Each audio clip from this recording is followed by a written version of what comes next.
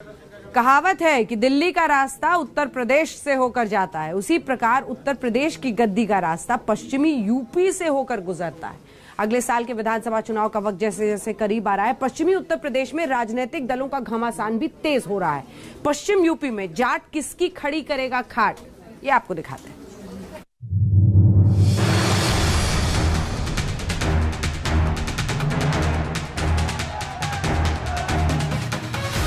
पश्चिमी उत्तर प्रदेश में राजनीतिक लामबंदी शुरू हो गई है।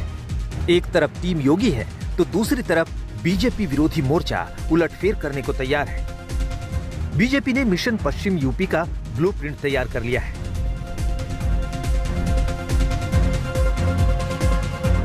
बीजेपी अपना दांव लगाएगी। हमारे साथ एक तो हम जातिवादी राजनीति नहीं करते, मैंने पहले बता दिया है।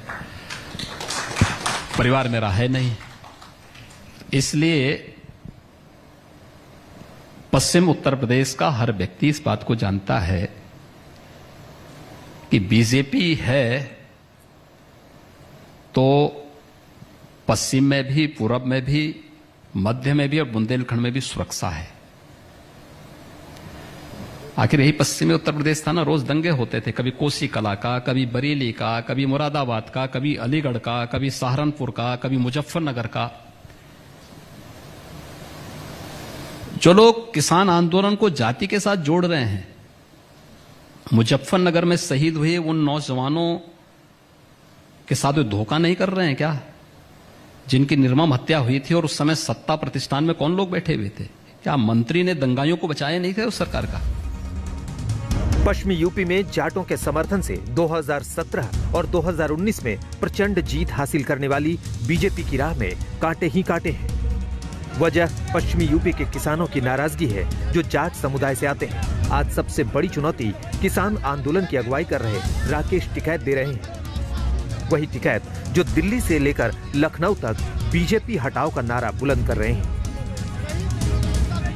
राकेश टिकैत आ गए हैं लखनऊ और कह रहे हैं कि लखनऊ को मैं दिल्ली बना दूंगा। तो क्या दिक्कत आ रही है? तो लखनऊ कर देंगे, कह रहे हैं लखनऊ। ये प्रदेश की राजधानी है, दिल्ली देश की राजधानी है। हमें दिल्ली और लखनऊ में अंतर महसूस करना होगा। यहाँ पर बैठेंगे वो आंदोलन के। मैं वही कह रहा हूँ ना, ये प्रदेश की राजधानी है ना। आपकी पार्टी तो फोटो ट्वीट कर रही है कि जरा बच के आइए। हम तो सबको सहयोग करना चाहते हैं, सबका स्वागत करना जानते हैं। आप राकेश टिकैत का स्वागत करेंगे? क्यों नहीं स्वागत करेंगे? बातचीत ही करा दीजिए सर, फिर सरकार। किसान आएगा, किसान का स्वागत होगा। कानून के साथ कोई खिलवाड़ होगा तो उस तरीके से भी स्वागत होगा। क्या बात, क्या दिक्कत है? मतलब कोई समस्या नहीं है। यही अंतर बता रहे हैं आप, दिल्ली और लखनऊ का अंतर यही है। मैंने क्या कहा ना, दिल्ली है, ये लखनऊ है। हाँ।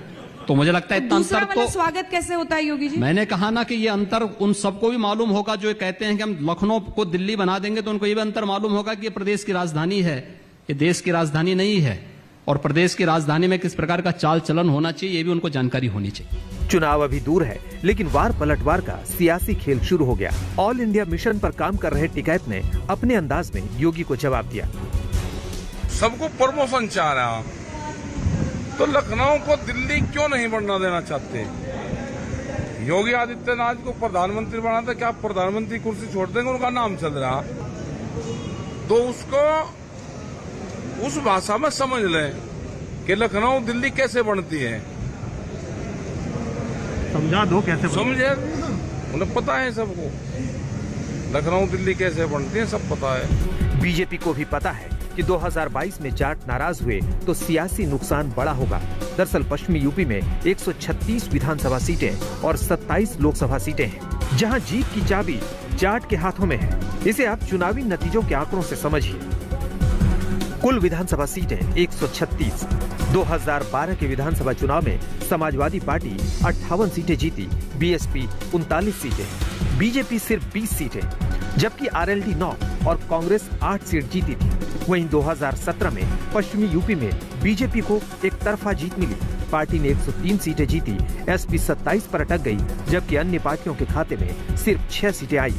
अगर आप लोकसभा को देखें तो यहाँ 27 सीटें हैं, जिसमें 2014 में बीजेपी ने 25 सीटें जीती थी, जबकि समाजवादी पार्टी ने 2 सीटें, और 2019 में बीएसपी, समाजवादी पार्टी और आरएलडी ने मिलकर चुनाव लड़ा।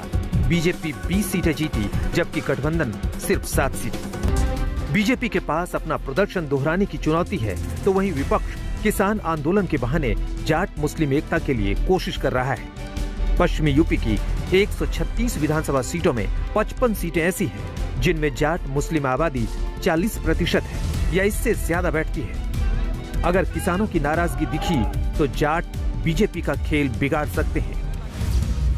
तीनों नए कृषि कानून को लेकर पश्चिमी यूपी में राकेश टिकैत ने दर्जनों पंचायतें की हैं। गाजीपुर बॉर्डर में किसान डेरा डाले बैठे हुए हैं। उस भीड़ में सबसे ज्यादा पश्चिमी यूपी से हैं। लेकिन योगी का दावा है कि विकास के नाम पर वोट पड़ेगा। 30 वर्षों से मांग हो रही थी कि इस चीनी मिल का आधुनिकीकरण होना चाहिए, यहां पे नया प्लांट लगना चाहिए, कोई नहीं कर पाया। तब लोक दल भी सत्ता में आया, सत्ता में था एक पार्टी के साथ में। समाजवादी पार्टी के लोग 4-4 बार सत्ता में रहे हैं। बहुजन समाजवादी पार्टी रही है, उससे पहले कांग्रेस भी थी, कोई नहीं कर पाया।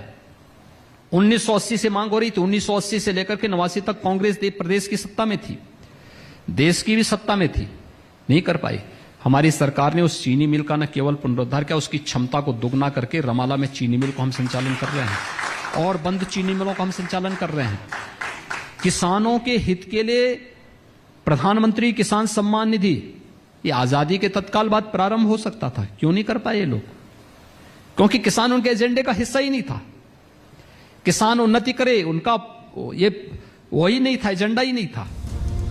पश्चिमी यूपी की राजनीतिक अहमियत इसी बात से समझी जा सकती है कि मुख्यमंत्री बनने के बाद से योगी लगातार दौरा करते आए हैं और अब बीजेपी ने किसानों की नाराजगी दूर करने का प्लान तैयार कर लिया है।